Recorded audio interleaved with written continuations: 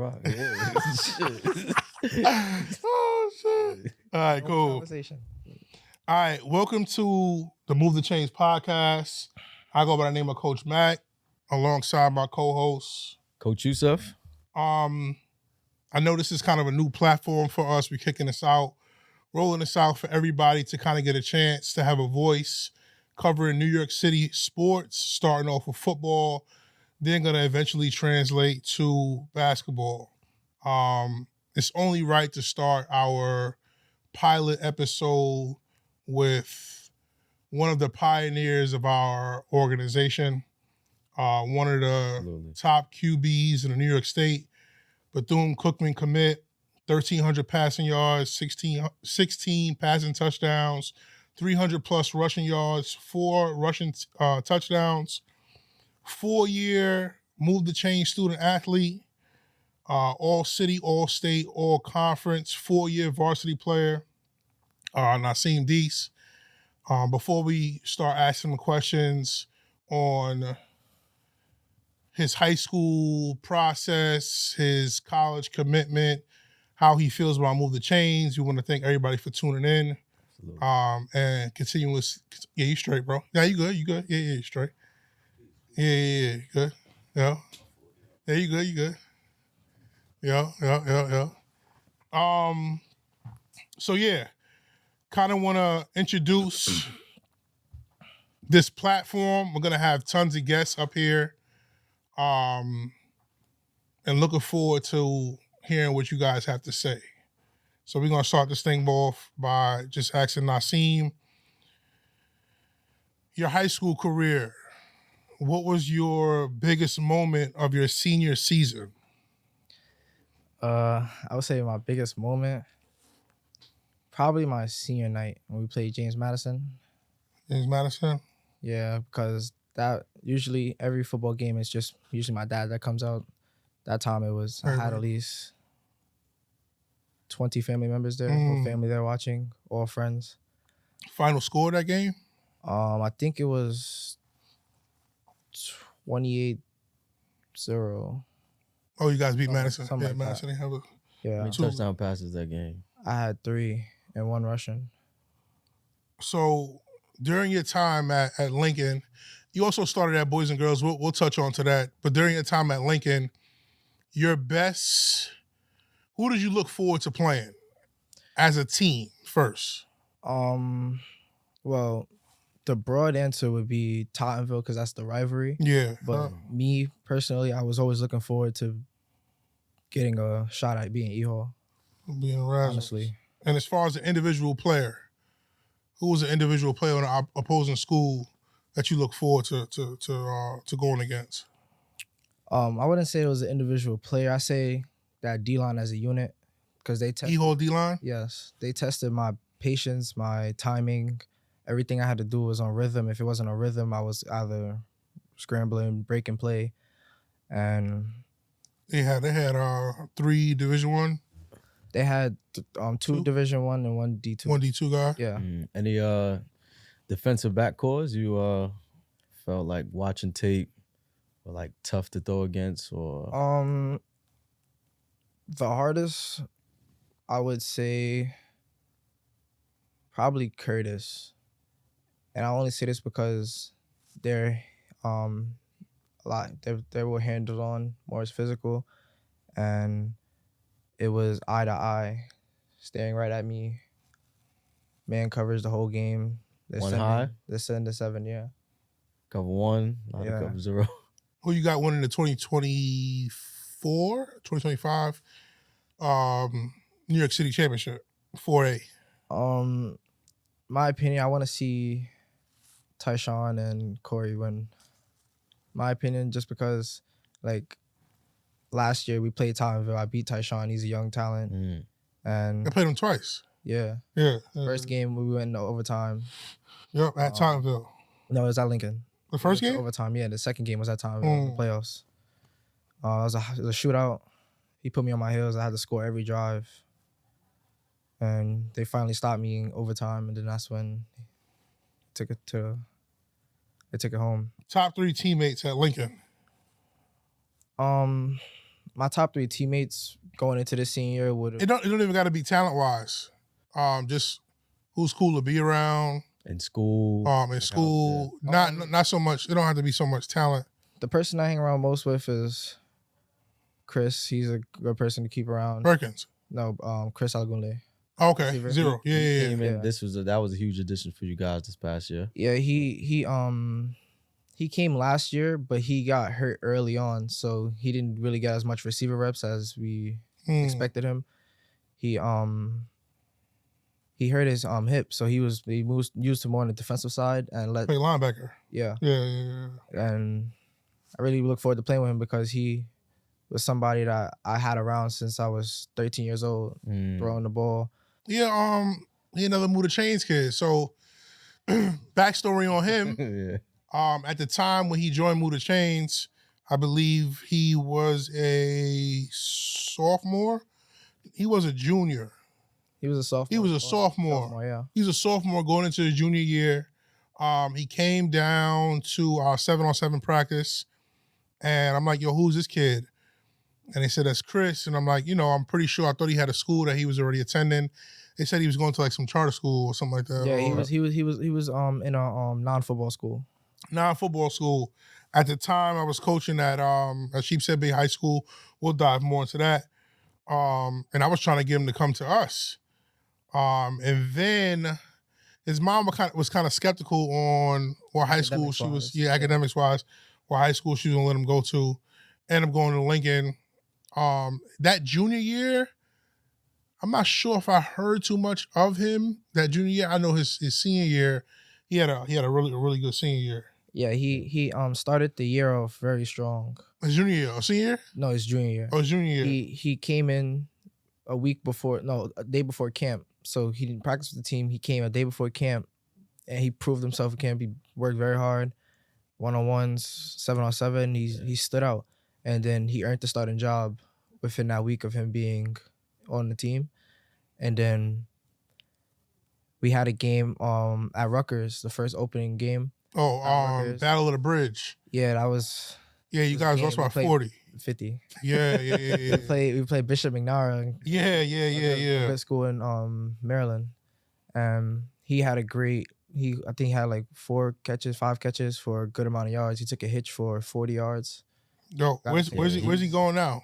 He just committed to Pace University. To Pace University, that's fine. Strong hand receiver, man. Like when I met him at 7-on-7 practice, 7-on-7. Yeah, he's very. Wanted him to play outside back. I'm like, he is like that Anquan Bolden type of receiver, man. Strong hands, great. So IQ. in my defense, that year he was trying to play receiver. He could have played receiver for 7-on-7. Yeah. He did play receiver. He did. But we had a loaded receiver core that year. The Jesse's, guy. Even Connor was kind of like, you know what I'm saying? Sputtering with reps. Your number 2 teammate. Second teammate, we got 3. Said Chris is 1. Mike. I really like Mike Borey a lot. He's very, very great character person. Positive. He never yells. Like if I mess up, anybody mess up doesn't yell. He's always the positive, lift me up. Before every game, he would talk to me, tell me how this for me. I got this. He's someone that you don't got to keep saying Move the Chains kids. You can say like kids that haven't played. You know what I'm saying? Isn't he going to Florida as well? So he committed to Kaiser and University. So what's the plan for Palm Beach, Florida? Him to kill his first, second year, then transfer to Bethune Cookman with you? I mean, I don't know. He went to the camp with me. He liked it, and he just he wanted to be in the South. He wanted to be in the warm area. So whatever his future holds, that's what's gonna go. And your third teammate? My third was Christian Pilgrim, the linebacker. Oh yeah. Because he was, when I first came in, everybody said he was a left tackle and a nose guard. Yeah, size wise, I watched him work very hard every day, try to prove himself to everybody that he wanted to play linebacker. So OC finally put him at linebacker his junior year, and he had a great year. Yeah, he did. He was named one of the hardest hitters. He got Uzi Sports recognized him. Yeah. Everybody was writing about him. He just had to work on new camps. And where's he? He committed to Lock Haven. Lock Haven. Yeah, to play middle linebacker. So those three are those we was looking forward to because the team was in our hands, and if any one of us had a bad game or off, it would be a big impact on the team no matter what. Even if I was on a roll and Pilly wasn't, that's the big defensive anchor. Yeah. So if you could change anything, so I know. So to give a little backstory, I'm not exactly sure how I connected with you in the 8th grade. I remember. All right, so we're going to get to that. So before Nahseem got to Lincoln, he was at Boys. That summer of his 8th grade year, like I said, I don't even know how it happened. But I believe we started Move the Chains like around that time. And we had like our first 7-on-7 practice at Gersh. And this kid pops up with glasses. I'm like, yo, I was talking to you on Instagram. He like, yeah. I'm like, you play quarterback? He like, yeah. I'm like, all right, like, you know what I'm saying? That's crazy. I don't know how this is gonna work, but I already told Coach Harder that I got an 8th grade quarterback so coming. Oh, yeah. So how did you hear about Move the Chains? How did you even get in contact with me, or how did I get in contact with you? All right, so this was around COVID, where it was 2020. Yeah. At first, I got accepted to Canarsie. I was gonna go to Canarsie, and when football shut down and the pandemic and everything, I went into a stage where I was like, all right, so football's not happening. I don't want to go to Canarsie if I'm not gonna play football.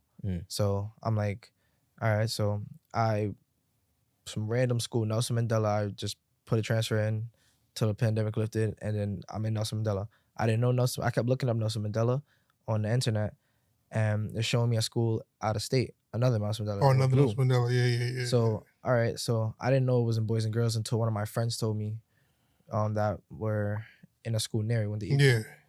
So I'm just on Instagram, and I'm looking for like 7-on-7 teams, football teams to get a part of. Mm-hmm. I just wanted to stay sharp. You was with the Far Rockaway Ravens at the time. No, I started that after I met you. The Ravens? Right. Like the same week I texted you, that's when I went to the Ravens for a tryout. And at first I wasn't gonna play quarterback no more. I was gonna go to play receiver because I got hurt my last youth game against the Brooklyn Chiefs. You was with BU before that? Yes. Okay. And then you was playing with the Rockaway Ravens that spring. I played when I was 13 and 14. I played 18U to like get the right. Okay. Makes sense. So I was recovering from an injury. I hurt my knee. Okay. So I didn't want to play quarterback no more because I wasn't ready for the hits and everything. So I was a very frail, fast kid. So I was like, okay, let me play receiver. And then the Ravens, that's when I met Chris, Just, and all of them. Oh, okay. And it was like the line of receivers was like 40 of us, and it was like at the Ravens. Yeah, it was like slim to none who was gonna play, who's not gonna play, because we got the whole Ravens, people from Brooklyn coming, different high schools, Long Island, everything. So the coach seen me throw the ball, and he was like, "You're not a receiver, you're a pure quarterback." But you played quarterback all through BU. Yeah. Yeah. All right. So he said, "You're not a receiver, stick to your quarterback." But I didn't trust myself, I didn't trust my arm, so I'm just very insecure. I did not read defense very well. I didn't know what I was doing. I was always a just tuck and run quarterback. And how did you hear about Move the Chains? All right, so that's what I'm about to say. I'm on Instagram. I was gonna go play for Hustle. Right. A lot of people was going to Hustle, so I'm like, there has to be other 7-on-7 teams. And then I ran into you, and I seen you had. I seen people with flags on with a jersey. Yeah. And I'm like, okay. And then it said travel team, and then in your bio it said boys and girls. So I'm like, then I DM'd you and I was like, hey, I forgot what I said. I think I said something. I said, hey, you coach at Boys and Girls? And you said, yeah. And then I was like, yeah, I'm an incoming freshman there. I play football. And then you told me to come down for the 7-on-7 trial. So I believe that was that might have been our first. That was the first full year. Yeah. So right before you came, during the fall, the head coach of Campus Magnet had a high school 7-on-7 tournament for like high school teams. Right. So that's when we kind of started the 7-on-7, but we just took kids from Boys and Girls. And we had one kid, the quarterback from John Adams, he was playing with us. And then that spring, that's when we had our official like 7-on-7 tryout. Yeah.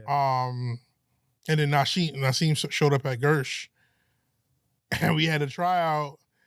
And then from there, we had like Nahseem mixed with like some tech kids. We had like a bunch of Brooklyn Tech kids. Yeah. Oh, It gotcha. was Brooklyn Tech and So he started out as our backup quarterback. Who was the starter at the time? We had we had a kid from Tech. yeah, I forget his name. Yeah, I forget his name too. It was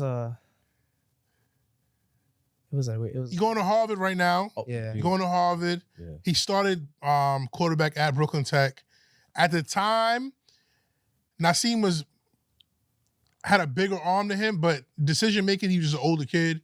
So he was kind of like running the show for us. And we were super local. Makes sense to start. Yeah, that's crazy, man. And that kind of took off. Second year, that's when it kind of grew. I believe that year we still had boys and girls kids. Yeah, I remember when I walked into the Because that was your first year. That was a spring. Like your ninth grade year. We played during the spring, right? Yeah, that was when we still had Tyler. I walked in with Tyler, Lathan. Right. Who else was there? Tyler. was Yeah. there, We had a bunch of kids there.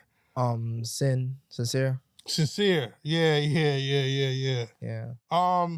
So overall, as far as your experience at Move the Chains, how come in this 4-year gap you never chose to, I mean, in all respects to Hustle and all those other 7-on-7 programs, how come you never ventured out to those programs? I would say there's just morals that I have. Like if I come to you as a raw person and you accept me into your program, trust me, because no matter how many picks I threw, you always kept me.